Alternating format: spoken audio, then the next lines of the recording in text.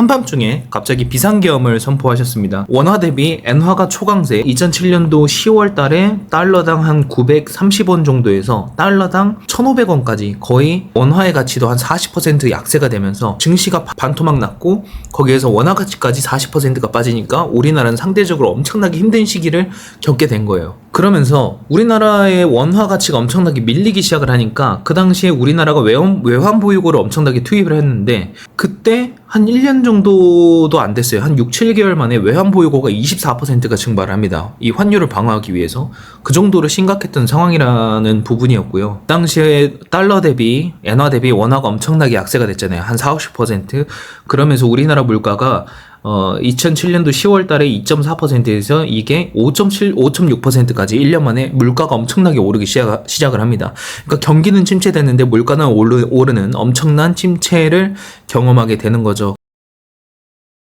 네, 여러분 안녕하세요. 조이준입니다. 지금 저녁에 긴급하게 컨텐츠를 찍게 되었습니다. 지금 윤석열 대통령님께서 한밤중에 갑자기 비상계엄을 선포하셨습니다. 네, 그래서 오늘은 이 비상계엄이 우리나라 증시와 환율에 미치는 영향에 대해서 제 생각을 빠르게 정리해서 공유드리도록 하겠습니다. 비상계엄을 선포하고 나서 원화 대비 엔화가 초강세, 그리고 달러도 강세를 이렇게 보이고 있습니다. 그럼 왜 윤석열 대통령께서 국가계엄을 선포하셨을까라고 보니까, 일단은 정치적 갈등이 이제 국정이나 재정 운영을 더 어렵게 만든 부분도 있었고, 이런 부분에 대한 의미를 전달을 하면서 대한민국은 지금 당장 무너져도 이상하지 않을 정도로 풍전등화의 상황에 처해 있다를 대국민에게 발표를 한 겁니다. 대국민도 상당히 심각하게 받아들일 내용이잖아요. 우리나라가 지금 당장 무너져도 문제가 없을 정도다라는 이야기가 나왔다는 것은 그 정도로 대한민국의 경제 상황이 상당히 심각하긴 한 것 같습니다. 그래서 지금 국가계엄을 선포하자마자 환율이 가장 빠르게 반응을 하고 있죠. 원화가 급격하게 약세가 되고 있고, 엔화의 가치가 급격하게 높아지는,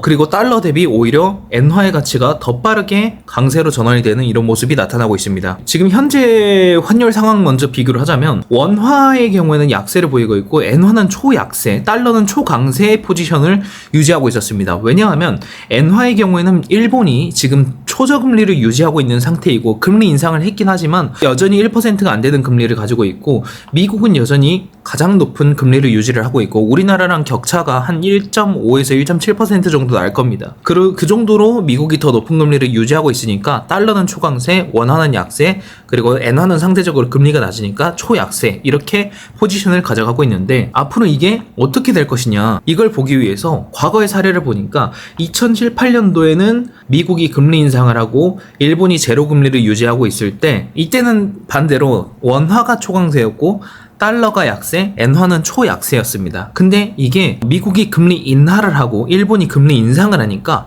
갑자기 원화가 초약세로 전환이 되면서 달러는 강세, 여기 원화로 썼는데 엔화는 초강세로 전환이 되는 모습이 나타났습니다. 근데 지금 안 그래도 미국이 계속 금리 인하를 하는 트렌드를 하고 있었고, 일본도 금리를 인상을 할 것이다 라고 계속 중앙은행 총재가 언급을 하고 있는 상황에서 미일 금리 차가 좁혀지려는 모습들이 나타나고 있었거든요.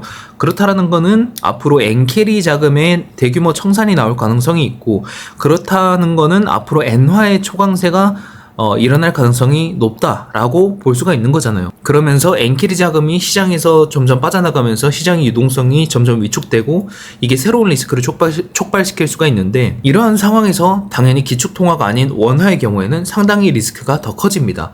심지어 2007년도 이때 대한민국의 경우에는 경제성장률이 5.8%나 됐을 정도로 상당히 높은 수준이었는데, 지금은 오히려 1.4%까지 낮아진 상태예요. 그리고 그 경제성장률이 일본과 비교했을 때 2007년도에는 일본이 경제성장률이 1.5였고 우리나라가 5.8로 엄청나게 우리나라가 격차가 더 높았거든요. 근데 지금은 우리나라가 1.4%, 2023년도 기준으로 일본보다 더 낮아진 상태. 일본이 오히려 우리나라의 경제성장률을 추월한 그런 상태거든요. 과거처럼 미국이 금리를 인하를 하고 일본이 금리 인상을 하는 과정이 계속 이어진다면은 미일 금리 차가 좁혀지고 엔캐리 정산이 가속화되면서 새로운 리스크를 촉발시킬 가능성이 있는데, 그 와중에 우리나라의 경제 성장률은 2007, 8년도 그 당시와 비슷한 금리임에도 불구하고 경제 성장률이 3분의 1 토막, 이렇게 난 거죠. 이거는 이제 덩치가 커지면 커질수록 자연스럽게 나타나는 이런 현상이긴 한데 어쨌든 지금 상황이 과거보다는 더 좋지 않다라는 거죠. 근데 이런 상황에서 지금 국가 비상계엄 선포가 나오면서 외국인 투자자들이나 국내 투자자들이 상당히 불안해할 만한 이런 이슈들이 나오기 시작을 했습니다. 과거에는 정치적 갈등이 상당히 많이 있었지만 비상계엄을 선포할 정도의 사태가 일어나지는 않았었거든요. 이게 이제 발생이 되면서 갑자기 환율이 먼저 반응을 하기 시작을 했어요. 엔화가 갑자기 엄청나게 강해지고 있고 달러도 강해지고 있고 원화가 상당히 엄청나게 약해지고 있거든요. 이 정도의 추이라면은 내일 아침에 증시가 개장하자마자 아마 증시가 크게 밀릴 가능성이 있습니다. 그리고 증시가 또 밀리면 사람들이 공포를 느끼기 때문에 그러면서 안전자산을 선호하게 되거든요. 그러면서 엔화의 매수라든지 달러의 매수라든지 금의 매수가 앞으로 더 빠르게 늘어날 수도 있다는 거죠. 안전자산 선호가 더 늘어나게 되니까 특히 이런 시기에 이게 온전하게 잘 끝난다고 하더라도 이 이슈에 대한 불안감이 계속 어쨌든 외국인 투자자들이나 우리나라 투자자들로 하여금 느낄 수가 있고 그리고 지금과 같이 미국이 금리 인하를 하고 일본이 금리 인상을 하는 이 상황에서 엔키리 청산도 나올 수가 있는 이 상황에서 우리나라의 내부적인 정치적인 리스크까지 가중이 됐기 때문에 그리고 이제 대통령께서 우리나라 경제가 당장 어떻게 돼도 이상하지 않을 정도의 상당히 위급한 상황임을 또 국민들에게 공유를 해주셨거든요. 그래서 그거를 봤을 때 지금 대한민국 경제가 상당히 심각한 상황일 가능성이 또 있다라고 생각이 드는 거죠. 특히 일본 같은 경우에는 제가 말씀드린 것처럼 그 일본은 실업률 같은 경우에도 지금 엄청나게 거의 최저점 수준까지 내려와 있는 상태이고 그리고 평균 급여도 이렇게 계속 올라가고 있는 트렌드가 나오고 있거든요. 2020년도부터 일자리는 늘어났는데 사람들이 받는 돈도 늘어나고 있다. 그래서 소비가 더 늘어날 가능성도 좋고 그러니까 경제가 성장하기에 다시 반등하기에 좋은 여건을 갖춘 상태이고 그러다 보니까 인플레이션도 과거에 이제 디플레이션 20년 동안 디플레이션 구간에 있었는데 이게 여기에서 빠져나오면서 이제 2%대 물가 성장률을 계속 유지해 나가고 있는 모습이 나오고 있고 이런 상태에서 엔화 약세가 많이 두드러졌다 보니까 최근에 그러다 보니까 무역 수지까지 빠르게 개선이 되면서 수출도 늘고 내수도 좋아지는 이런 상황이 일본에서 나타나기 시작을 했던 거예요. 그러다 보니까 일본 중앙은행 총재도 금리 인상이 가까워지고 있다라고 며칠 전에 언급을 했고 12월 18, 19일 날 일본이나 미국의 금리 결정이 예정되어 있죠. 그래서 이때도 그 엔화의 강세로 전환될 가능성도 생길 수가 있는 거고 물론 발표 결과에 따라 다르겠지만 네 그리고 사실 2007년도 그 당시에 미국이 금리 인하를 하면서 달러 대비 엔화의 가치가 엄청나게 강세로 전환이 되었고요. 미일 금리 차가 이렇게 좁혀지면서 그래서 그 당시 때 미국이 금리를 인하를 하면서 미일 금리 차가 좁혀지던 그 시점에 우리나라 증시를 보니까 코스피 한 2000포인트에서 이게 한 1000포인트 정도까지 50%가 하락을 했거든요. 동시에 우리나라의 원달러 환율이 2007년도 10월 달에 달러당 한 930원 정도에서 달러당 1,500원까지 거의 원화의 가치도 한 40% 약세가 되면서 증시가 반토막 났고 거기에서 원화 가치까지 40%가 빠지니까 우리나라는 상대적으로 엄청나게 힘든 시기를 겪게 된 거예요. 그러면서 우리나라의 원화 가치가 엄청나게 밀리기 시작을 하니까 그 당시에 우리나라가 외환 보유고를 엄청나게 투입을 했는데 그때 한 1년 정도도 안 됐어요. 한 6, 7개월 만에 외환 보유고가 24%가 증발을 합니다. 이 환율을 방어하기 위해서 그 정도로 심각했던 상황이라는 부분이었고요. 그리고 그 당시 때 2008년도 때 장단기 외채보다 외환 보유고가 엄청나게 적어지는 이런 모습들이 나타났었고 지금은 이미 장단기 외채보다 외환 보유고가 6, 70% 수준밖에 안 되는데 이 상황에서 국가계엄 선포가 나올 정도로 심각한 상황이 되었고 이 상황에서 원화 가치가 더 약세가 가파르게 되고 있으니까 아마 내일 되면 더 심할 거예요. 그래서 그때 되면 외환 보유고로 또 환율을 방어하기 위해서 엄청나게 또 외환 보유고가 깎일 가능성이 있거든요. 그래서 그렇게 됐을 때 장단기 외채 대비 외환 보유고가 크게 더 줄어들 가능성이 있고 그게 새로운 리스크를 촉발시킬 가능성이 있다. 외환 보유고를 마구 투입을 했는데 환율 방어가 안 되면 어떤 현상이 일어나느냐 2007, 8년도를 보면 알 수 있어요. 그 당시에 달러 대비 엔화 대비 원화가 엄청나게 약세가 됐잖아요. 한 40, 50%. 그러면서 우리나라 물가가 2007년도 10월 달에 2.4%에서 이게 5.6%까지 1년 만에 물가가 엄청나게 오르기 시작을 합니다.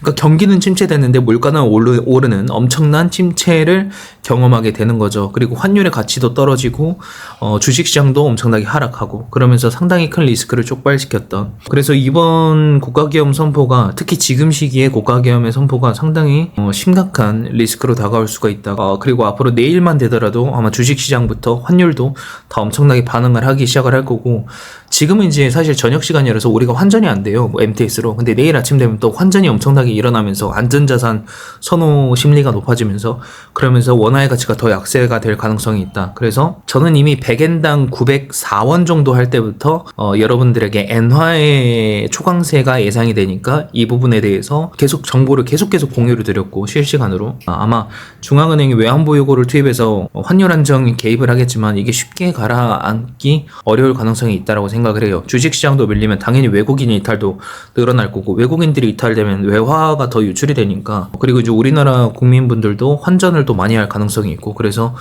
원화의 약세가 더 빠르게 일어날 가능성이 있지 않느냐. 그렇게 됐을 때 또 우리나라의 물가를 끌어올릴 수가 있고, 그러면은 물가를 또 잡기 위해서 금리를 올려야 되는 상황이 되면은 정말 가계부채의 뇌관을 건드리는 상황이 될 수가 있기 때문에, 이 정도로 우리나라가 지금 상당히 심각한 상황임을 여러분들도 인지를 하시고 거기에 대해서 적절하게 대응을 하시기를 바라겠습니다. 그리고 이제 저는 이렇게 그 특정 이슈가 나왔을 때 이슈가 나오자마자 거의 1시간 늦으면은 몇 시간 안에 여기에 대한 제 생각과 이런 거에 대해서 해석을 다 적어가지고 유튜브 멤버십 커뮤니티에 이렇게 빠르게 바로바로 공유를 해드리고 있습니다. 그래서 멤버십 회원분들이 이 현재 상황, 현재 이슈를 어떻게 받아들여야 되는가, 그리고 여기에 대한 반응이 내일은 어떻게 일어날 가능성이 있는가, 이런 것들을 정리해가지고 바로바로 공유를 드리거든요. 그래서 멤버십에 관심 있으신 분들은 채널 멤버십에도 한번 가입해 보시면 좋을 것 같고요. 네, 오늘 제가 준비한 컨텐츠는 여기까지고요. 이번 컨텐츠가 유익하셨다면 구독과 좋아요, 알림 설정 부탁드리겠습니다. 감사합니다.